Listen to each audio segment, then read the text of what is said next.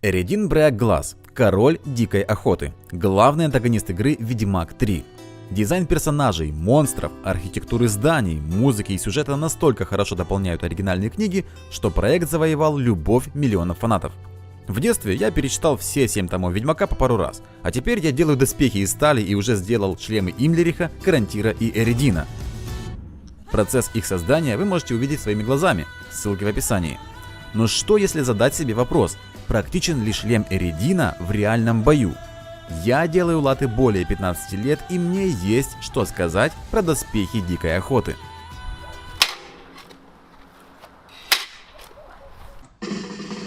Рейнард выиграл эту футболку в конкурсе под прошлым видео. Полное видео розыгрыша по ссылке в описании. Но не стоит расстраиваться тем, кто не победил. В этом видео тоже аналогичный конкурс. Спонсор конкурса – компания Attribute Lux, которая изготавливает вот такие красивые предметы из дерева. Но самое замечательное то, что у них есть возможность сделать что угодно по вашему рисунку. Например, они сделали мой логотип. Я просто прислал изображение, и по нему ребята построили макет, утвердили со мной, и теперь мое лого не просто бездушная цифровая графика, а объемный и с характерной древесной текстурой герб. Чтобы выиграть вот эту картину с воинами, вам нужно подписаться на мой канал и оставить комментарий под этим видео со словом «Дикая охота». Условия внимательно читайте в описании. Рассмотрим оригинальный шлем Эридина. Первое, что бросается в глаза мне, как броннику, это намертво интегрированные шипы короны в шлем. Из-за них оружие не будет соскальзывать при ударе, а в борьбе такие шипы просто бонус для врага, можно ухватиться и провести бросок. Без них это трудно сделать, ведь сталь сама по себе очень скользкая, и зачастую доспех покрыт маслом, чтобы не ржавел, и ухватить за голову без выступов еще сложнее. Кто-то может сказать, что этими шипами можно ранить врага, но такая ситуация возможна только если специально напарываться и прыгать на эту корону голым задом. А учитывая, что дикая охота это всадники на конях, то, поверьте мне, главная опасность это их оружие и магия, а не шипы на короне.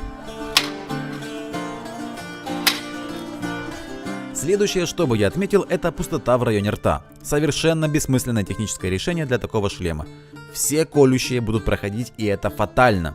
К тому же при таком забрале оставить дырку в шее и подбородок еще более странно. А что же не так с забралом? При осмотре снаружи не видно механизмов поднимания забрала. В какой-то момент игры Эридин его снимает, и оно полностью отделяется от шлема. Скорее всего, разработчики не продумывали сам механизм фиксации, но предположим, что он там есть и скорее всего какой-то сложный. Правда, чем сложнее вещь, тем больше шансов быстрее сломаться. К тому же остается возможность сорвать эту маску в плотном клинче, а Геральт вообще сбил эту маску настолько легко, что можно с уверенностью сказать: если вы обидели бронника, он сделает вам такой доспех, в котором вы не выживете, и не обижайте хороших бронников. Замечу, что и в истории есть примеры отделяемых забрал от шлемов, а учитывая, что забрала использовали чаще для защиты от стрел или только в момент кавалерийской атаки, а в других вариантах боя его просто поднимали, то шанс потерять забрало кажется уже не таким критичным. Чаще всего обзор давал больше преимуществ, чем глухое забрало. Но с этой личиной есть еще проблема. Это большие глазницы, куда легко залетит и стрела, и клинок ведьмака. Получается, что забрало обзор перекрывает, но не обеспечивает должной защиты. Добавлю, что шлем без забрала тоже должен быть функционален, и желательно, чтобы он открывал лицо ровно настолько, чтобы можно было смотреть и дышать без помех. И вот эти вот треугольные вырезы над бровями совершенно бесполезны, да еще и открывают лоб для удара. Кстати, забрала в виде черепов были в истории. В 17 веке была разновидность закрытого шлема савойяр. Общая форма купола тоже имеет слабую отсылку на средневековый бацинет. Это распространенный европейский шлем 14-15 века. А вот нюансы — это уже фантазия разработчиков.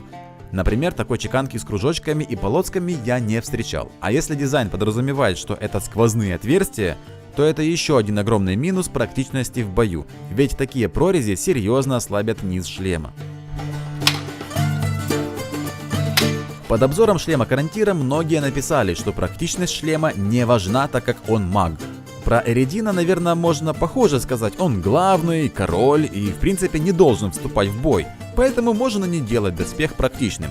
И я еще бы согласился с этим, если бы латы были представлены как-то магическими, а не стальными доспехами. Но дизайнеры этого не показали, а наоборот. То, что должно работать и выглядеть как стальное, так и выглядит и звучит. В доспехе множество отсылок и заимствований у реальных доспехов, поэтому предположение, что доспех должен просто как-то устрашать, а на практичность все равно, в корне неверно. Тем более, что игра Ведьмак славится своими проработками мелочей и упором на правдоподобность. Хотя, признаюсь, некоторые вещи из доспехов Дикой Охоты выглядят как скафандры из Киберпанка. Но и этому может быть объяснение. Дикая Охота путешествует по разным мирам. Вполне возможно, что такие железные части они взяли от механизмов других цивилизаций.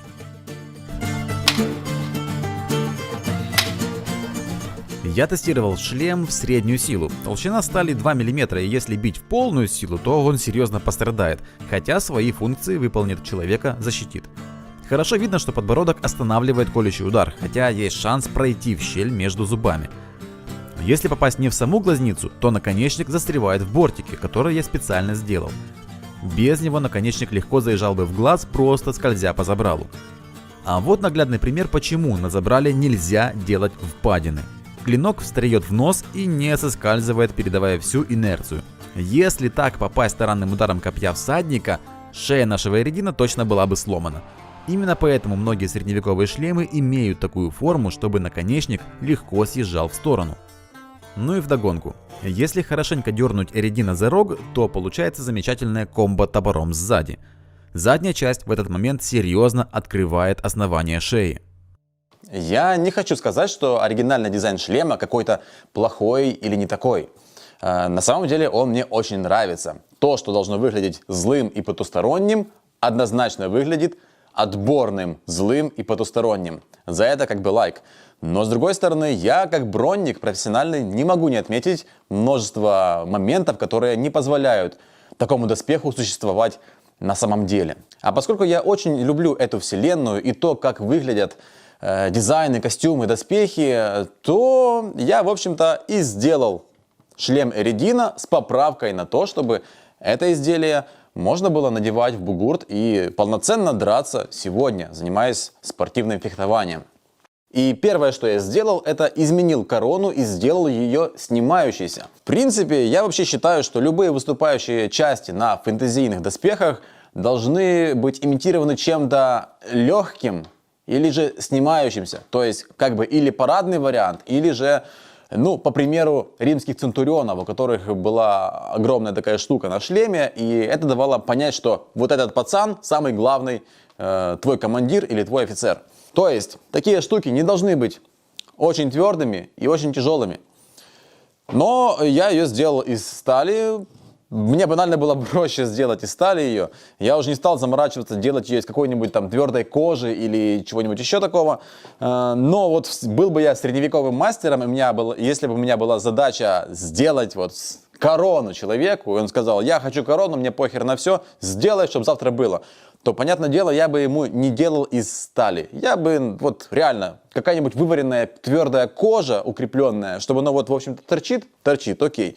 Если вдруг там попали чем-то, то эта корона, чтобы сразу срывалась. Да и вообще, что это за личная охрана, которая допускает, что вашего короля херачили по голове алебардами? Неправильно это. Корона снимается.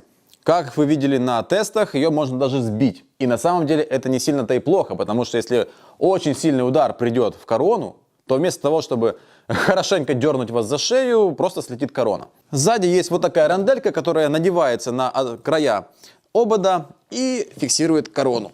Сейчас мы ее сколупнем отсюда. Опа, есть. Корона снимается. Это первое изменение, которое я сделал со шлемом, чтобы это можно было надевать в бугурт. Так как с такой короной, во-первых, это опасно, то есть можно всегда схватиться рукой голой. Вот у нас перчатка боевая. И борьба разрешена очень часто в бугуртах. И вот этой ладошкой, ну, можно себя поранить об эти шипы. Поэтому такие выступающие части должны быть априори запрещены в бугуртах. Это первое. Корону сняли и убрали. Дальше. Сразу же встал вопрос о том, чтобы нижние зубы, челюсти, горло остались целыми. Именно поэтому я вот додумал такую штукенцию, которая снимается. Почему я сделал ее съемной? Потому что я бы хотел иметь вариант шлема, который довольно сильно близок к оригиналу, то есть с открытой все-таки этой челюстью. Потому что вот визуально мне очень нравится, когда у нас вот такая вот открытое отсутствие челюсти. Оно выглядит реально устрашающим, как будто бы череп, у которого отпала челюсть. Эта особь еще и будет ходить и убивать, но это реально страшно. Вообще-то данное решение, мне не очень нравится. Почему? Потому что из-за этого теперь внутри шлема у меня есть вот эти гайки, которые по сути являются выступающими частями стальными в сторону лица. Да, я тут попробовал обклеить изолоном все вокруг этих гаек, чтобы вот гайка никогда не ударила по лицу человека, но я считаю это решение не очень надежным для бугуртов. То есть, если бы это был заказной шлем для человека, который реально будет драться, то вот эта челюсть была бы намертво приклепана и приварена, и никаких вот этих болтов бы не было. Ну и да, здесь у нас стилизированные шипы вот эти, которые тоже на самом деле не стоит иметь у себя на лице, потому что кто-то вдруг ударится чем-то, какой-то голой частью тела об эти шипы, себе что-то разорвет, но оно вам не надо. Ни вам, ни противнику. Если делать профессиональный шлем для бугурта в виде шлема короля дикой охоты, то корона должна сниматься, а эта штука должна быть намертво прикручена. Да, вы уже видите, что я пришил подшлемник. Он у меня поролоновый. Пришивается он к коже, которая приклепана вот здесь, на вот эти вот заклепочки. И сейчас пробуем его надевать. Обязательно для бугуртых шлемов это ремешки, которые застегиваются и не дают слететь шлему с головы. Без таких ремней безопасных бугуртов в принципе не было бы. Все шлемы оснащены таким ремнем, который не дает вот так вот стянуть с вас шлем.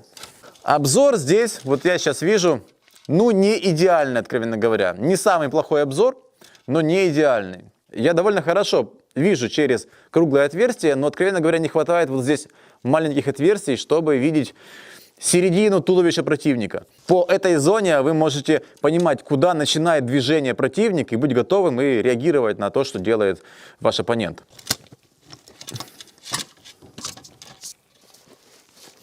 Забрало я сделал подъемным, но опять же, я, откровенно говоря, не очень люблю такие решения для бугуртных шлемаков, потому что это усложнение конструкции, а по сути, если мы усложняем, то есть больше вещей, которые могут поломаться. Например, срубили вам эту заклепку случайно, срубили, бывает такое. Все, забрало, отпало, и уже есть травмоопасный момент, когда вам могут зарядить просто в открытое лицо и травмировать очень серьезно. Сломалась кнопка, то же самое. И иногда бывают случаи, когда от сильного удара, чаще всего бокового удара рукавицей, вот так вот в бок, забрало просто соскакивает с этой кнопки по какой-то причине, не знаю, и открывается, и все. Это опять же травмоопасный момент, из-за которого, во-первых, вы теряете бойца, то есть вы должны прекратить бой, потому что у вас поломалось снаряжение. Ну и во-вторых, вас реально могут травмировать. Поэтому отлетающие части доспеха или вдруг случайно открывающийся забрало ведет к тому, что судья сразу же вас садит и останавливает бой с вами. Если это массовый бугурт, вы должны прекратить бой. Если это турнир, то турнир останавливается, и оппонент получает дополнительные очки.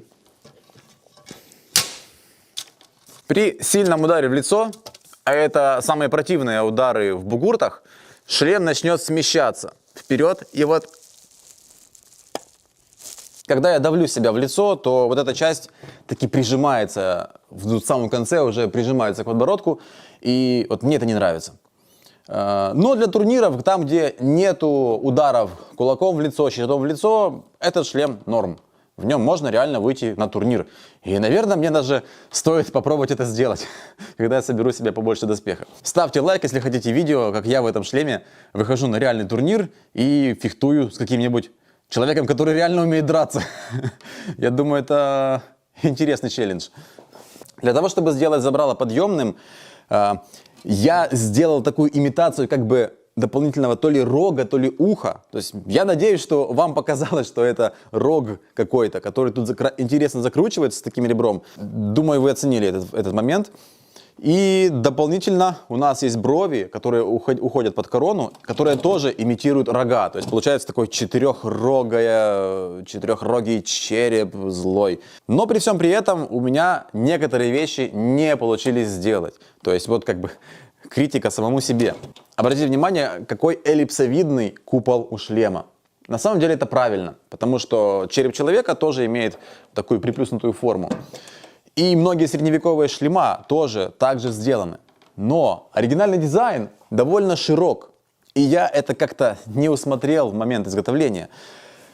И мой шлем, когда мы смотрим его спереди, особенно с короной, выглядит довольно узким. То есть посмотрите.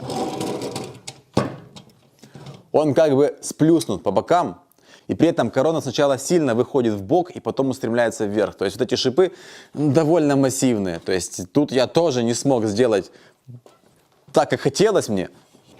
Хотя ничего не мешало сделать его еще более похожим на главный дизайн, оригинальный дизайн шлема. После краш-теста можно сделать определенный вывод. Рога и резину обломать можно. Главное не срать и колоть по всем щелям. А особенно в глазики. Цирилла без поддержки Геральта и Йеннифер, вероятнее всего, погибла бы в суровом мире Неверленда. А без поддержки на Патреоне очень трудно вести канал на Ютубе. Спасибо патронам канала и всем, кто оставляет лайки и комментарии под моими видео. Не забудьте прочитать условия для получения замечательной картины от компании Attribute Lux. И напишите в комментах, хотите ли такой же обзор шлема Имлериха. Human must die, human must die, human must die.